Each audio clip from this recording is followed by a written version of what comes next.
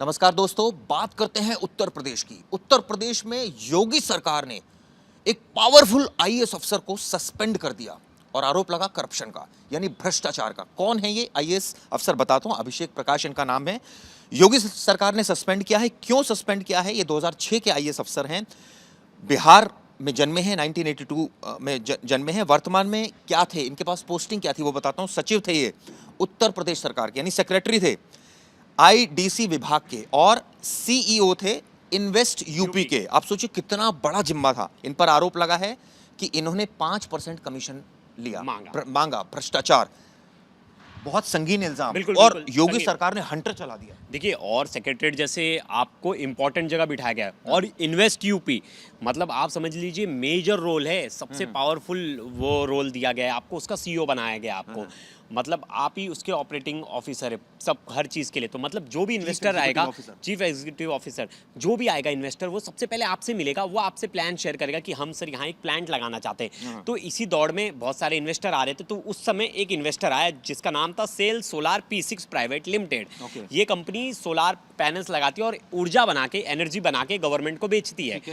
तो इनकी बातचीत हो गई, इनकी बात बनने लगी। ये बोले कि मुझे लगाना है, वो बोले कि ठीक है आप लगाओ। बातचीत सब सही तरीके से चल रहा था। लेकिन इस बीच इस कंपनी को बोला गया कि मीडिएटर के थ्रू एक बिचौलिया रखा। इन्होंने बोला कि तुम्हें ये सोलार प्लांट लगाना है तो तुम्हें 5% देना पड़ेगा हमें। और वो कौन? ये आईएएस अभिषेक प्रकाश। सोचिए चिराग जी, इन्हें इतनी फैसिलिटी, सब कुछ, इतने योगी सरकार ने इन्हें इतने बड़े पद पे बिठाया था, वहाँ बैठ के ये लोग करप्शन कर रहे हैं। मतलब ऐसे सीईओ है, मतलब तो ऐसे सीईओ को तो गिरफ्तार करना चाहिए। ये तो सीधा अरेस्ट हो। अभी तो चिराग जी सिर्फ योगी जी का पहला हंटर चला है। अभी देखना आने वाले समय में इनके खिलाफ और भी एफआईआर होंगी।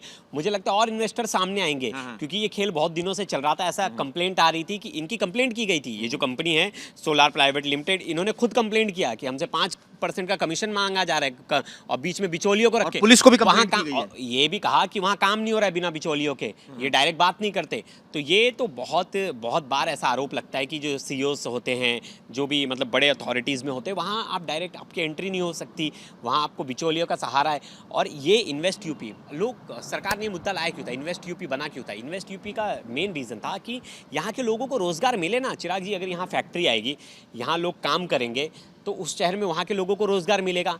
क्यों कोई बिजनेसमैन आएगा आपके स्टेट में बिजनेस करने, जब आपके पास है? मिलेगा। हाँ, और जब ऐसे ऑफिसर्स को बिठा के बैठे रखोगे तो मतलब ये तो एक भ्रष्ट, एक नंबर का भ्रष्ट ऑफिसर है। इसके खिलाफ बहुत पहले से कंप्लेंट होती आ रही है। इसके खिलाफ इतना लेट क्यों एक्शन लिया, मुझे अभी तक ये समझ में नहीं आया। बहुत, आप किसी से भी सेक्रेटरीट में बात कर लो, हर कोई बोलेगा ये तो एक नंबर का भ्रष्ट ऑफिसर है। ओके, हाँ, इसके ऊपर बहुत कंप्लेंट्स हो चुकी थी।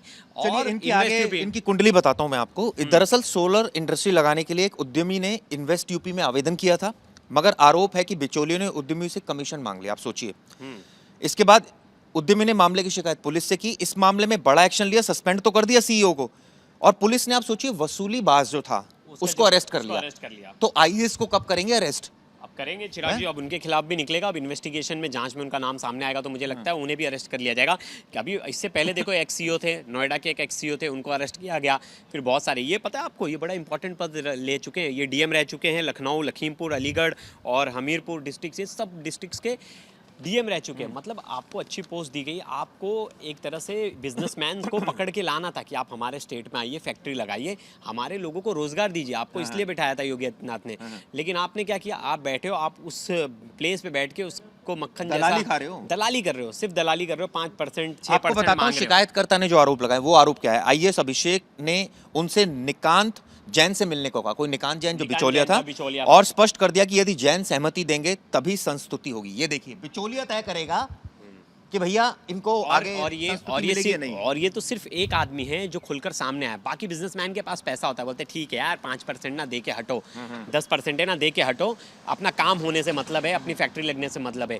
और ये इसी तरह बहुत सारे बिजनेसमैन से इन्होंने परसेंट वाइज लिया है, ऐसा आरोप लग रहा है इनके ऊपर। और वहाँ बहुत सारे लोगों का ये कहना है, जो आसपास के लोग हैं, मेरी बहुत सारे लोगों से बात हुई वहाँ जो सेक्रेटरी में, वो कह रहे हैं कि हाँ ये तो होता आ रहा है, और बहुत सारे लोग बोलते नहीं, इन कंपनी वालों ने डेयरिंग दिखाई। लेकिन आने वाले टाइम में ऐसी कंपनियों को परेशान भी किया जाता है। तो मेरा सरकार से भी दरखास्त होगी कि ऐसे कंपनी जिसने हिम्मत दिखा के अगर सरकार इनके ऑफिसर्स के खिलाफ कंप्लेंट किए तो इनके खिलाफ हरास ना किया जाए। इजी डूइंग ऑफ बिजनेस होना चाहिए, मतलब आपके प्रदेश में कोई आए तो बिजनेस आसानी से कर सके। मैं आपको बता दूं, विश्वजीत दत्ता है जिन्होंने कंप्लेंट की थी, उसके बाद एफआईआर दर्ज हुई, इसमें निकांत जैन को अरेस्ट कर लिया गया, इसके बाद आईएएस को निलंबित कर दिया गया। लेकिन सबसे बड़ा बात तो यह है ना कि आईएएस को गिरफ्तार कब किया जाएगा? निलंबन से क्या होता है? निलंबन तो पहले नहीं होगा चिराग जी, आगे प्रक्रिया देखिए ना। अब इन्वेस्टिगेशन होगी, इन्वेस्टिगेशन में जांच होगी, जांच में निकल कर आएगा, धीरे धीरे होगा। अब लेकिन बहुत बड़ी चीज थी, आप सेक्रेटरीट लेवल के एक आईएएस को आप सस्पेंड कर रहे हो, कितना बड़ा मैसेज है। मैं आपको एकेडमिक करियर बता देता हूं। 2000 से 2004 के बीच आईआईटी रुड़की से इंजीनियरिंग की है, सोचिए आप। इन्होंने पब्लिक एडमिनिस्ट्रेशन, पब्लिक पॉलिसी में एमए किया है।